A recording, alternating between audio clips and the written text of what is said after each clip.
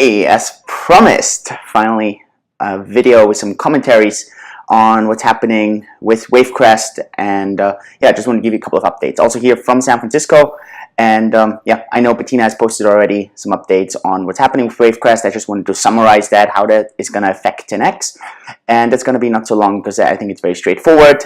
Short answer up front, it doesn't really affect us at all, but I want to explain to you how that works, and I want to give you some really good updates on some notes that I've been taking here in San Francisco, because yeah, some good stuff is happening here.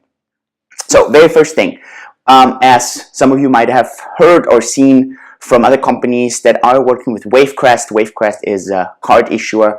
Wavecrest is disabling any card outside of Europe from October the 15th onwards. So in around 6 weeks, they're going to disable all these cards outside of Europe. And we have been using Wavecrest as part of our issue. It's not our only issue. We have another issue as well, as some of you know. And obviously, the big question was, how is this going to affect TenX?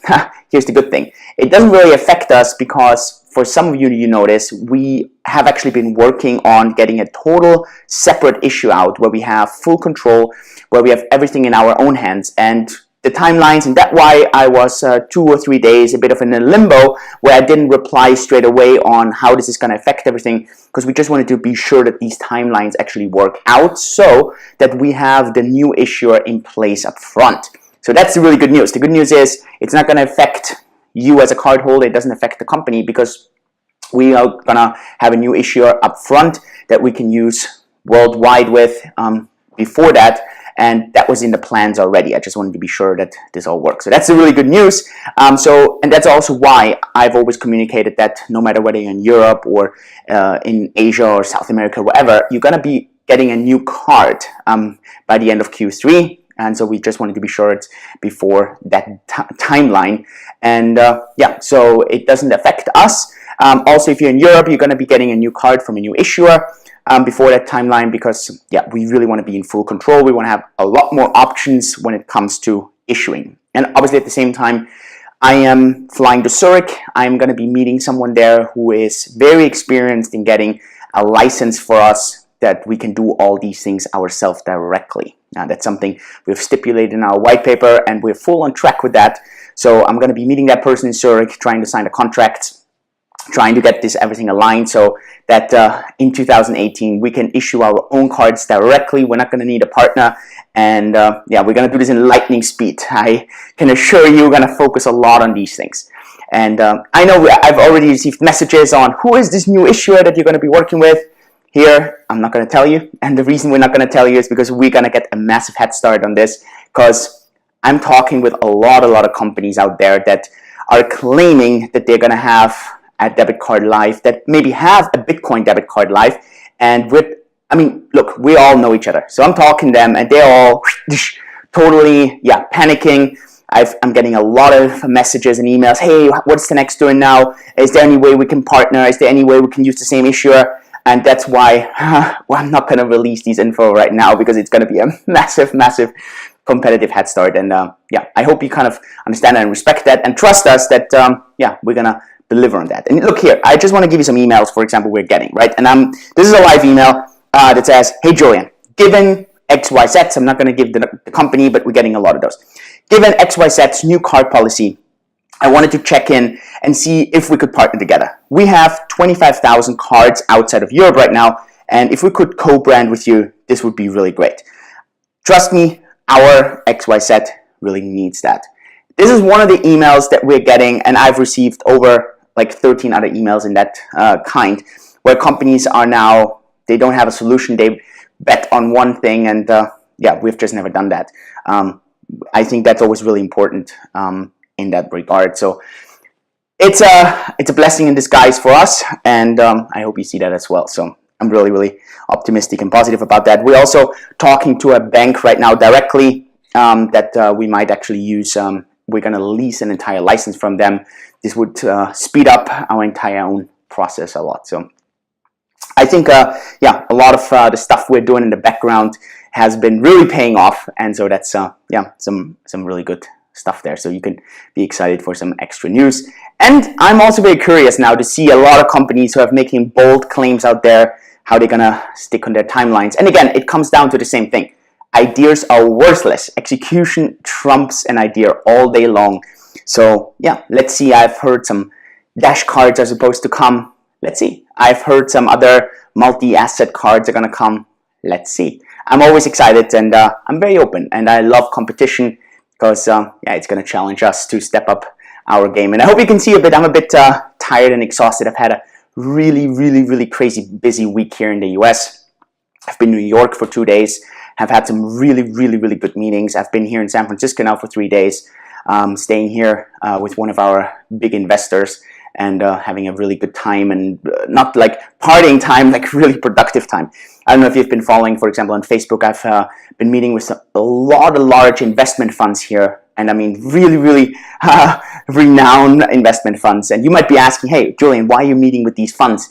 Haven't you gotten enough money in your token sale? Yes, but there's something that these funds can really bring. They can bring a lot of mentorship, they can bring a lot of guidance, they can bring a lot of potential partnerships with yeah, other institutions, with other clients. So just yesterday we met with some top funds, and they all are really excited in what we're doing. They pushed us into the next rounds where we're like, okay, so let's talk to the next level, let's get this going, let's see how this could all be working out. So yeah, we're doing a lot of these things because we're always thinking 2 or 3 steps ahead. For us, it's really about the big picture here. For us, it's really how can we build this massive company that's not going to just be here for the next 2 or 3 months, that's not going to just have an idea, but to really get strategic people on board. I've had a call with a potential hire yesterday from a really large Silicon Valley company that all of you know, and we're trying to get him on board. I've met yesterday with Nate, a co-founder of Airbnb, and you might be thinking, why are you meeting with someone from Airbnb? Well, I'm going to tell you, because for me, I don't want to make mistakes in building this company that I could have avoided by learning from someone else. And Airbnb had to undergo through a lot of challenges, a lot of regulatory challenges. They are disrupting a big industry. And so I want to learn from someone who has walked the walk. I don't want to learn from someone who's just talking. I really want to go and learn from this person directly. So yeah, we met 30 minutes, went through an entire catalog of questions, and the value that I'm getting, you know, from someone who's building a company who's worth billions of dollars, it's just really unbelievable. I'm going to give you just a couple of things that I really learned. For example, how their core values, they rate their employees based on core values. And that's something, we've stipulated core values in TenX, but we haven't rated our employees based on core values. And I think that's something we're really going to install, where we go in our core values. We have 5 core values, and we're really going to go sit down and say, okay, how have you been with this core value? How is this? How is this? And this was something that I felt was really good, especially for the culture. How can you keep the culture in a group of 2,500 people? I mean, we're at TenX right now. We have 22. We hired 2 more, so we're 24 people now. How can we keep that culture, right? We're getting our new office on September 1st. So yeah, I think that's really important. They have, for example, a no meetings Wednesday where people can all work from home. I thought that's such a cool thing to have such a thing.